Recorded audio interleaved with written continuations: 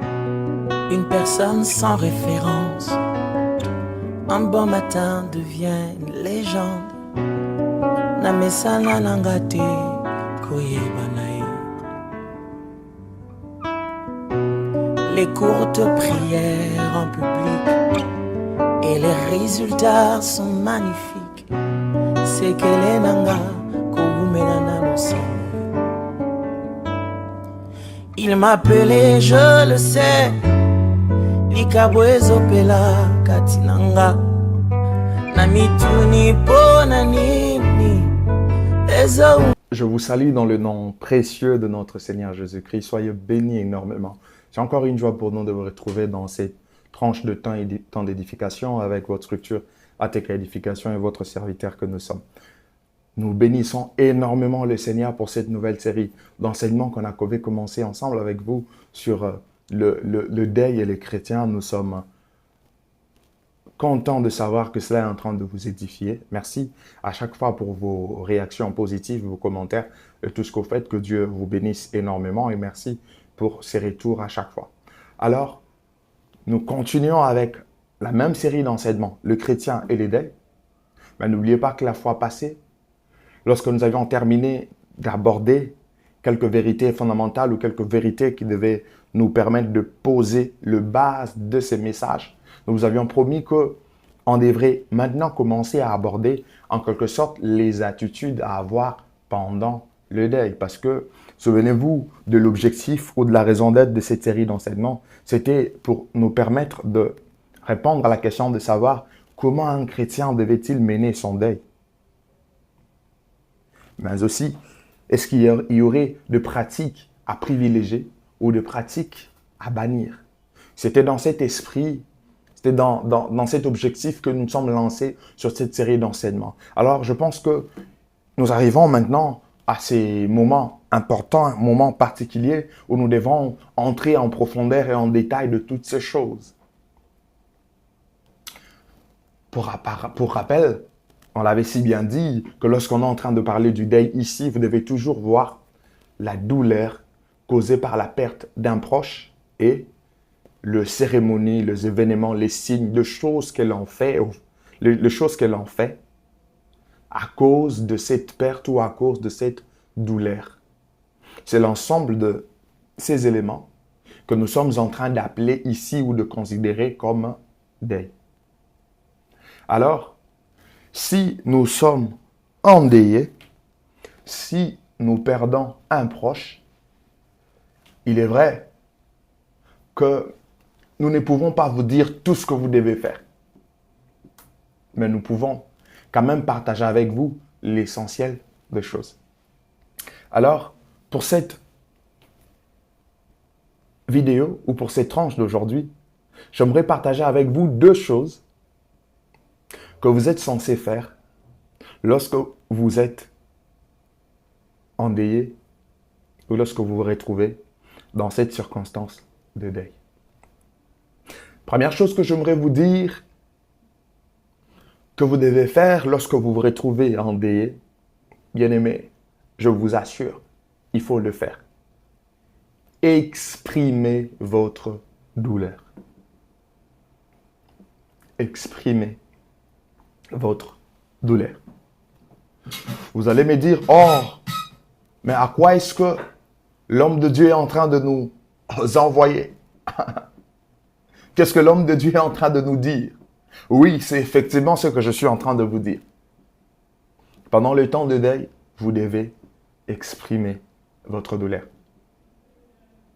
Ne vous souvenez-vous-t-il pas qu'au début de cet enseignement, je vous ai donné des concepts, des racines, de mots sur le plan étymologique rattachés au deuil en latin. Ça voulait dire deux choses. Premièrement, douleur. Deuxièmement, ou souffrance. Donc, sans douleur, il n'y a pas de deuil. On ne peut pas parler de deuil sans douleur. On ne peut pas parler de deuil sans souffrance. On ne peut pas parler de deuil sans cette mauvaise sensation que l'on ressent du fait que nous avions perdu quelqu'un. C'est comme ça que je commence par nous dire que pendant le deuil, nous sommes appelés à exprimer notre douleur. Oui, rassurez-vous, il n'y a pas une seule manière de pouvoir exprimer sa douleur pendant le deuil. Et on peut exprimer la douleur de plusieurs façons, de plusieurs manières. Il est possible d'exprimer notre douleur par le pleur. Il est possible d'exprimer notre douleur par des cris. Les gens peuvent exprimer leur douleur par des paroles. Les gens peuvent exprimer leur douleur par des chants, ainsi de suite. Il y a toute une panoplie, plusieurs manières, et ça dépend généralement d'une personne à une autre, parfois même d'une culture à une autre, sur la manière de pouvoir exprimer la douleur pendant le deuil. Il y a un texte que j'ai déjà lu avec vous, mais je ne me lasse pas de revenir sur ces textes. Genèse chapitre 37, le verset 32 à 35. Au sujet de Jacob. On dit, ils envoyaient à leur père la tunique de plusieurs couleurs en lui faisant dire, voici ce que nous avons trouvé. Reconnais si c'est la tunique de ton fils ou non. Jacob l'a reconnu et dit, c'est la tunique de mon fils. Une bête féroce l'a dévoré et Joseph a été mis en pièces. Et il déchira ses vêtements. Il mit un sac sur ses reins et il porta longtemps le deuil de son fils. Tous ses fils et toutes ses filles vinrent pour le consoler, mais il ne voulut recevoir aucune consolation. Il disait, c'est en pleurant que je descendrai vers mon fils au séjour de mort. Et il pleurait son fils. Ce qui m'intéresse ici, c'est que pendant qu'on a annoncé à Jacob la mort de son fils, quoique ce n'était pas vrai, il a commencé à faire son deuil. Pendant son deuil, il exprimait sa douleur. La Bible déclare qu'il était même en train de pleurer. Il exprimait sa douleur. Je reviendrai encore sur ces textes parce qu'il y a un autre aspect de ces textes que nous allons voir un peu plus loin. Lorsque vous lisez Luc chapitre 7, le verset 12 à 13, la Bible dit, lorsqu'il fut près de la porte de la ville, voici on portait en terre un mort, fils unique de sa mère, qui était veuve. Il y avait avec elle beaucoup de gens de la ville. Le Seigneur l'ayant vue, fut ému de compassion pour elle et lui dit, ne pleure pas. Il est question de cette veuve, de Naïm qui avait perdu son fils unique. Ils se sont rencontrés avec Jésus en cours de chemin, alors qu'on était en train d'aller avec le cercueil de ses fils qui étaient morts. Qu'est-ce que Christ est en train de dire? Je ne suis pas trop intéressé par la résurrection qui a été effectuée, mais je reste plutôt dans l'aspect du deuil. Christ est en train de dire à la dame, ne pleure pas. Ça veut dire que la dame est en train de pleurer. C'est-à-dire que la dame est en train d'exprimer sa douleur par le pleur. La dame est en train d'exprimer sa douleur avec ses larmes. Elle faisait quelque chose. Elle exprimait sa douleur.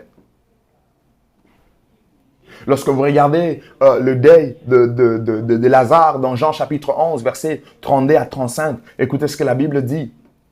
Lorsque Marie fut arrivée là où était Jésus et qu'elle le vit, elle tomba à ses pieds et lui dit, Seigneur, si tu eusse été ici, mon frère ne serait pas mort. Jésus la voyant pleurer, oh, Jésus a vu cette dame en train de pleurer, Marie en train de pleurer. Marie est en train d'exprimer sa douleur. Elle est en train d'exprimer la souffrance qu'elle ressentait. Elle se disait même, Seigneur, si tu étais ici, mon frère n'allait pas mourir. Oh, c'est parce que tu n'étais pas là. Il est en train de regretter. Mais Jésus, pourquoi tu n'étais pas là? Elle est en train d'exprimer sa douleur par le pleur, par le parole. Jésus, la voyant pleurer, elle et les Juifs qui étaient venus avec elle, frémit en son esprit et fut émis de compassion. Même Jésus qui était là, la Bible dit, il frémit en son esprit et il était émis de compassion. Et il pose la question et il dit, où l'avez-vous mis?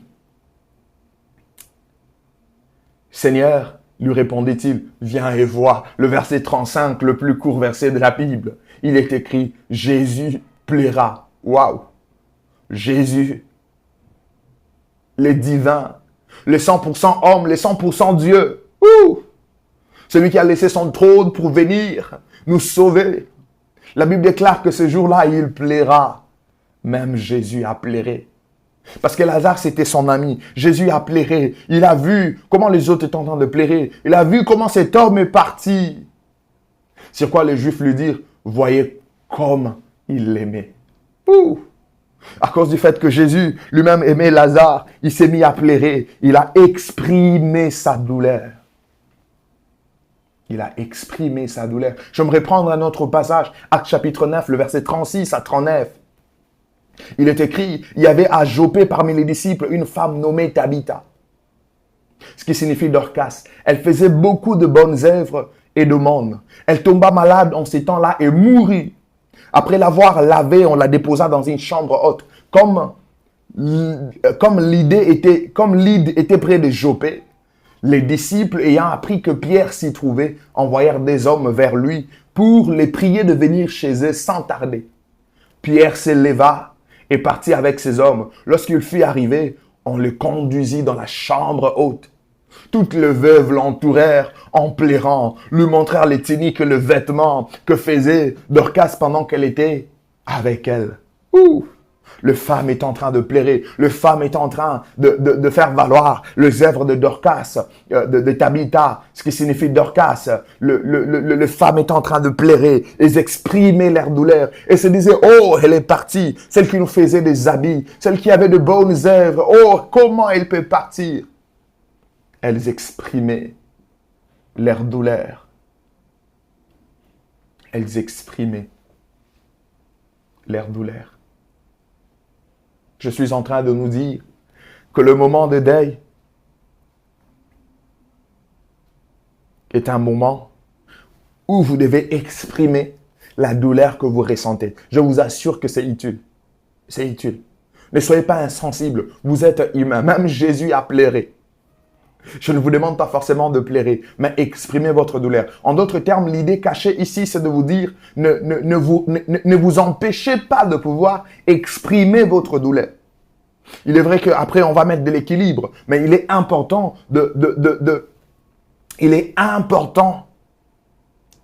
d'exprimer sa douleur. Oui, je suis en train de vous dire, pendant le moment de deuil, vous devez bien faire votre deuil. Oui, vous devez bien faire votre deuil. Ça veut dire que vous devez vraiment exprimer votre douleur. C'est pas en vain qu'on appelle ça deuil. On appelle ça deuil parce que c'est deuil. Vous devez exprimer votre douleur. C'est là important parce que si vous n'exprimez pas cette douleur, vous ne vous libérez pas non plus. Une douleur non exprimée peut causer beaucoup de mal, beaucoup de dégâts à l'intérieur de l'homme. Dans les temps, une douleur non exprimée peut avoir beaucoup de conséquences négatives. C'est comme ça qu'il est préférable, il est avantagé que pendant le moment de deuil, que vous puissiez vraiment vous exprimer. Ne vous renfermez pas trop, mais exprimez-vous. C'est important. C'est important sur le plan émotionnel. Ça vous permet vous-même également de vous dégager. Alors, quoi faire pendant le temps de deuil? Deuxième chose que je vous propose, c'est que vous devez recevoir la consolation des autres. Vous devez recevoir la consolation. Pardon. Vous devez recevoir la consolation des autres. Ouais, c'est important. Il arrive que pendant des moments de deuil, que les autres viennent pour nous consoler. C'est-à-dire que les autres viennent pour nous apporter un soutien émotionnel. Généralement, ils le font à cause de l'amour qu'ils ont pour nous. Ils le font parce qu'ils voient la peine que nous sommes en train de porter, de supporter. Ils voient que c'est dur, ils voient que c'est difficile. C'est vrai qu'ils ne ressentent pas les choses de la même manière que nous, parce que c'est nous qui avons vraiment perdu celui qui était pour nous un proche. Mais les autres viennent tout simplement pour pouvoir apporter ces soutiens émotionnels. Les autres viennent pour pouvoir être cette épaule sur laquelle on peut pleurer. Ces épaules sur lesquelles on peut s'appuyer. Lorsque nous regardons la parole de Dieu, dans 1 Chronique chapitre 7, le verset 21 à 22, la Bible dit « Zabad, son fils, Chutélash, son fils, Ézer et Éléad, les hommes des Gath, nés dans le pays, les tuèrent parce qu'ils étaient descendus pour prendre leurs troupeaux. » On a tué quelqu'un. Et la Bible dit « Éphraïm, leur père, fut longtemps dans les deuils et ses frères vinrent pour le consoler. » Ça n'a pas commencé aujourd'hui. C'est depuis la nuit des temps. C'est depuis les temps de la Bible. Cet homme qui a perdu un fils, se met à faire son deuil, se met à pleurer, se met à exprimer sa douleur. Je ne sais pas qu'est-ce qu'il faisait d'autre. Je ne sais pas s'il avait mis de la cendre. Je ne sais pas s'il avait porté des habits de deuil. Je ne sais pas s'il ne mangeait pas. Mais la Bible déclare que ses frères vinrent pour le consoler. Donc, ses frères étaient venus pour pouvoir lui apporter consolation. C'est comme ça que nous sommes en train de dire que pendant les deuils, nous devons recevoir la consolation des autres. Car ils viennent généralement pour pouvoir nous consoler. Lorsque vous regardez Jean chapitre 11, je reviens encore sur les deuils de Lazare, le verset 17 à 19, la Bible dit « Jésus étant arrivé trouva que Lazare était déjà depuis 4 jours dans le sépulcre. Et comme Béthanie était près de Jérusalem, à 15 stades environ, beaucoup de Juifs étaient venus vers Marthe et Marie pour le consoler de la mort de leur frère. » Pendant que Marthe et Marie ont perdu leur frère qui était Lazare, la Bible est en train de nous faire voir que beaucoup de personnes, beaucoup de gens étaient venus autour de Marthe et de Marie. Pour faire quoi? Pour leur apporter la consolation. C'était pour le consoler à cause de la mort de leur frère. Ah ouais, c'est important. Généralement, lorsque on vient pour nous apporter cette consolation, c'est dans le but de nous réconforter. C'est pour essayer de nous réconforter, comme je l'ai dit. C'est pour trouver des épaules sur lesquelles nous pouvons poser notre tête. Mais en soi, ce n'est pas pour nous empêcher de faire notre deuil. Non, non. Non, non, non, non. Ce n'est pas pour nous empêcher d'exprimer notre douleur. Non, non, non. C'est tout simplement pour essayer de nous réconforter. Pour essayer de nous fortifier. C'est ça l'objectif. C'est vraiment ça le but. Mais il arrive parfois que lorsque la douleur est si forte, certaines personnes ont même du mal à recevoir consolation. Certaines personnes ont du mal à recevoir la consolation venant des autres. Oui, c'est à cause de la douleur, c'est à cause de la tristesse. Mais nous devons nous efforcer autant que possible à recevoir des autres cette consolation. La parole de Dieu, dans Genèse chapitre 37, je vous avais dit que je vais revenir sur ces textes 32 à 35, le texte que nous avions lu d'un moment à l'autre, dans lesquels nous voyons Jacob faire le deuil de son fils, Joseph. Parce qu'on lui avait dit qu'il était mort, quoi qu'il n'était pas mort. La Bible dit, il déchira ses vêtements. Il mit un sac sur ses reins. Il porta longtemps de deuil de son fils. Tous ses fils et toutes ses filles vinrent pour le consoler. Mais il ne voulut recevoir aucune consolation. Waouh! La douleur était si forte. Ouf! La douleur était forte, la plaie était douloureuse. Et il dit, c'est en pleurant que je descendrai vers mon fils au Sheol, au séjour de mort. Et il plairait son fils. C'est-à-dire, il arrive parfois que pendant ces moments, lorsqu'on nous apporte consolation, que l'on refuse même de recevoir consolation. On refuse même d'écouter, laissez-moi pleurer, laissez-moi continuer dans cet état. Je ne vois pas pourquoi je vais continuer de vivre. Je ne vois plus la raison, la motivation de la vie. Oui, c'est vrai. Cela était arrivé également à Jacob. Et c'était très douloureux. C'était très difficile pour lui. Très difficile. Un peu comme lorsque vous regardez Jérémie chapitre 31, verset 15. Parlant d'Israël. Oui, ce texte a une portée prophétique, mais je ne suis pas dans la portée prophétique du texte. La Bible dit, ainsi parle l'Éternel, on entend des cris à Rama, des lamentations, des larmes amères. Rachel pleure ses enfants. Elle refuse d'être consolée sur ses enfants car ils ne sont plus. Ouais. Il nous arrive parfois d'être dans ces contextes, être dans la situation de Rachel qui pleure ses enfants. Et qui refuse d'être consolé, car ses enfants ne sont plus. La personne se dit, mais est-ce qu'avec votre consolation, je vais devoir récupérer celui qui était mort? Ouf! Je sais que c'est dur, c'est difficile. Mais pendant le moment de deuil, nous devons toujours nous efforcer, autant que possible, de recevoir également la consolation des autres, de manière à ce que cela puisse nous fortifier. De manière à ce que cela puisse nous servir également d'encadrement pour qu'on n'aille pas trop dans des excès. Parce que si nous allons trop dans des excès, nous pouvons nous détruire même nous-mêmes. Nous pouvons nous causer encore davantage nous-mêmes de tort. Je vous assure, ce n'est pas facile. Seul Dieu peut nous aider. J'étais tout simplement venu nous dire que pendant le moment de deuil, nous devons exprimer notre douleur. Et il y a plusieurs manières d'exprimer la douleur. Il y en a qui pleurent, il y en a qui parlent, il y en a qui chantent, ainsi de suite. Il y en a qui poussent des cris. Il y en a qui parlent. Et deuxièmement, je suis venu nous dire que pendant le moment de deuil, nous devons également recevoir la consolation des autres. Il y a encore d'autres choses que nous sommes censés faire lorsque nous passons par les temps de deuil. Alors, on se retrouve prochainement pour parler encore d'autres choses que nous sommes censés faire pendant le moment de deuil. Que Dieu vous bénisse et on se retrouve à la prochaine. Merci.